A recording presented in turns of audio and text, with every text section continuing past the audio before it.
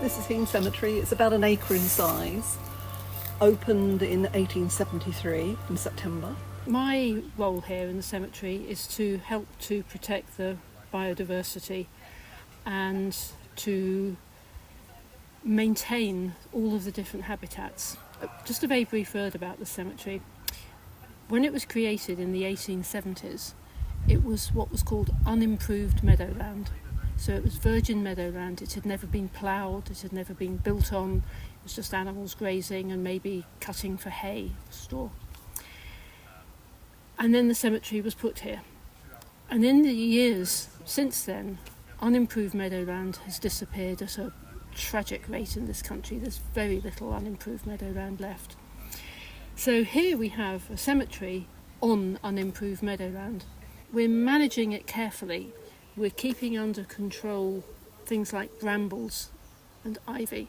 Now they're very important. They provide really important habitats.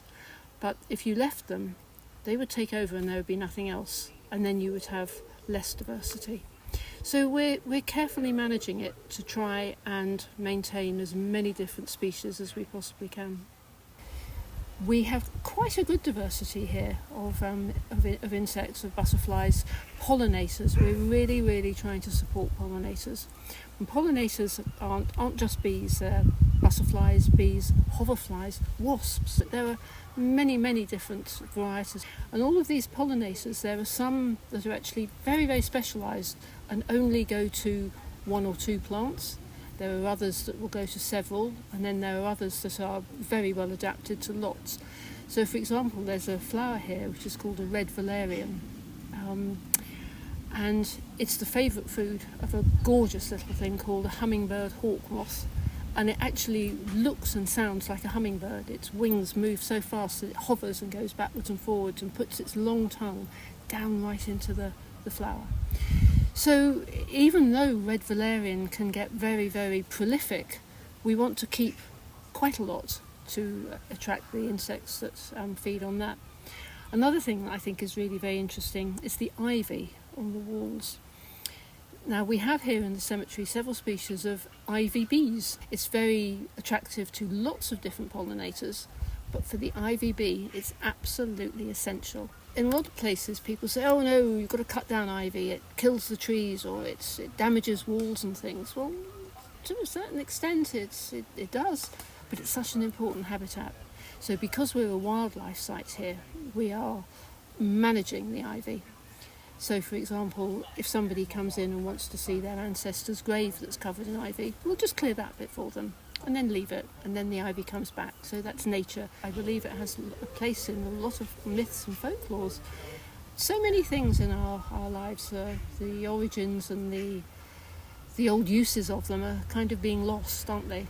So I think places like this, just a little tiny place of preserving things.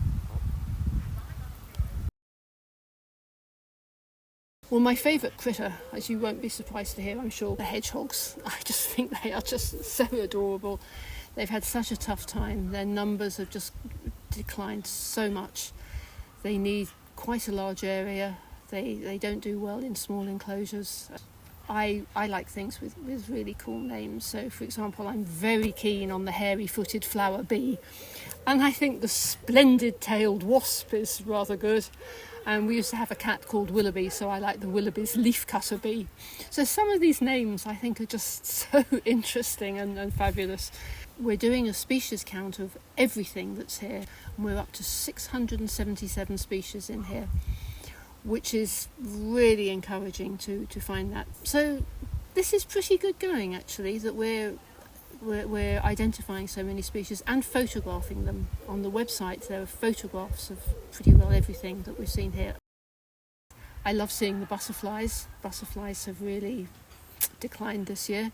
They need warm, still weather, kind of like this, to fly around. So when we see a lot of butterflies here, I like that very much. But who doesn't like butterflies, eh? And if they don't, then there's something wrong with them, I say.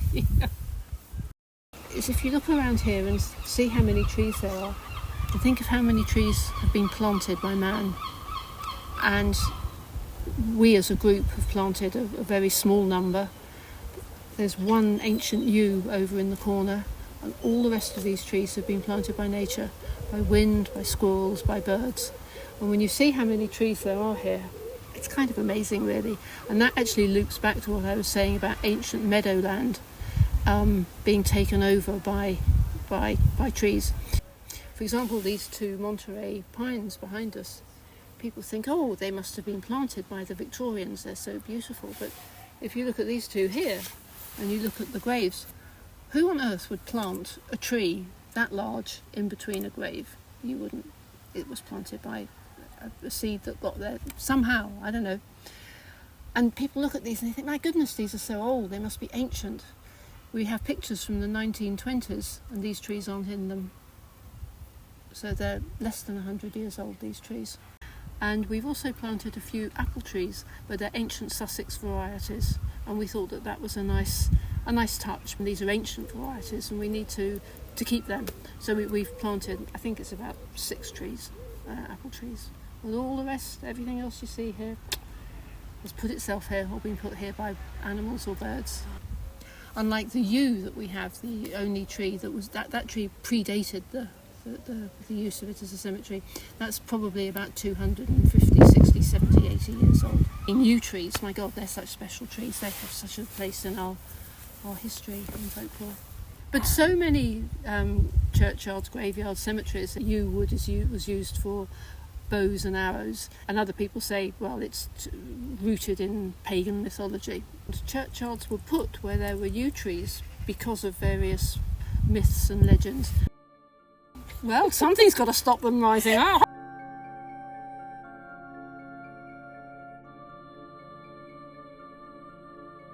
A cemetery, not a graveyard. Graveyards are attached to churches, and this is much further away.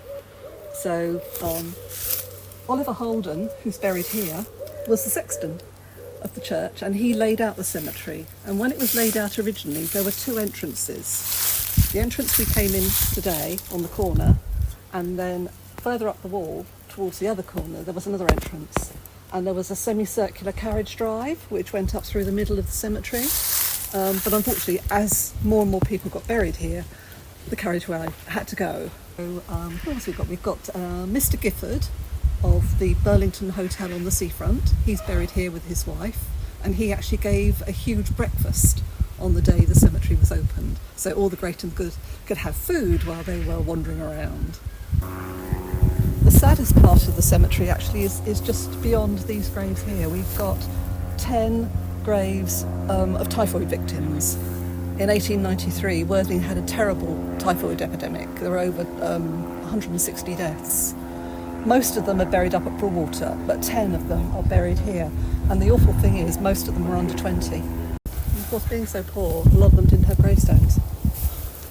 And again, with the graves, some of these are 3 deep. So you go right down to about 12 feet, 9 feet, 6 feet. So those underneath have no memorials at all, just the ones on the top. This is the grave of Joseph Benjamin Williams, who was a composer.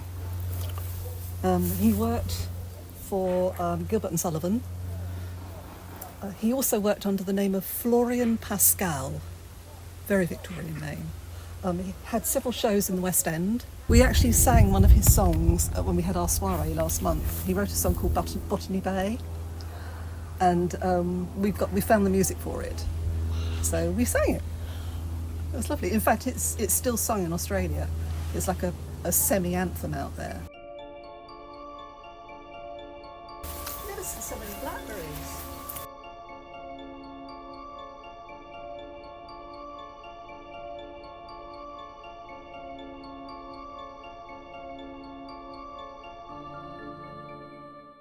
This is amazing how the tree has actually grown around the grave.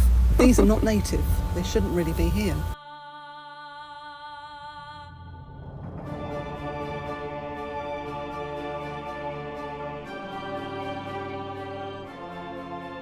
There's one, but he's over in the brambles, and that's Charles Whitehall. He was an arsonist, and he served 7 years for what he did. He was a butler up at Great Malvern, and one night when his owner was out, apparently he set fire to the house, opened the safe, stole the wine and the gold coins, and he got caught. He did 7 years at Dover on one of the hulks there, not the prison itself. They had prison hulks, big ships, and he did 7 years there, hard labour. Came to Worthing with his wife, who stood by him, and he took over a boarding house on the seafront on the corner of Queen's Road, and he had this habit of cleaning the windows outside. This is 4 stories up, and one day climbed out the window, tried to clean the windows and fell. So straight down, hit the balcony and then the ground. Died about half an hour afterwards. Wow. There is some interesting people here. Alice Bulkley being there, her husband was a conductor, but he went insane. So they tried to divorce, but in the end I think he deserted her. She dropped dead in Shakespeare Road. Yeah, he ended up in one of the lunatic asylums. Do we know how? What was the reason? No, just insanity. And then back through there is Caroline Hendra. She had to resign her post on the day she got married. The Education Committee would not allow married women to be teachers. You had to be a miss. And she was a brave woman too. She saw her school through the typhoid epidemic. So she kept a diary of how many children she lost along the way. There was a baby's body found in the corner house over the far side. No one knows who it was, who it belonged to. It was wrapped in brown paper and it was in the garden. The gardener discovered it. We don't know what happened to the body or who it belonged to. But the house belonged at the time to a reverend who had daughters, 3 daughters. So I often wondered if it was actually one of the daughters who'd given birth. Never know. Yeah. So yeah, there's all sorts of funny goings on around here. I like people, especially dead people. The cemetery is unique in as much as it's within the town. It's a wildlife site actually within the town. There are quite a few wildlife sites in Sussex, which I think we're very lucky with, but most of them are outside of the town. So here we've got 1 acre in the town, untouched, and I feel that it's such a fabulous resource for everybody, for nature, for people's mental health, for people's mental well-being, and to walk round and to enjoy it. So it's a special place that really should be protected forever. There are some things that you can't put a price on, and I think beautiful places like this and fresh air are one of them. So that's my feeling about Heene Cemetery.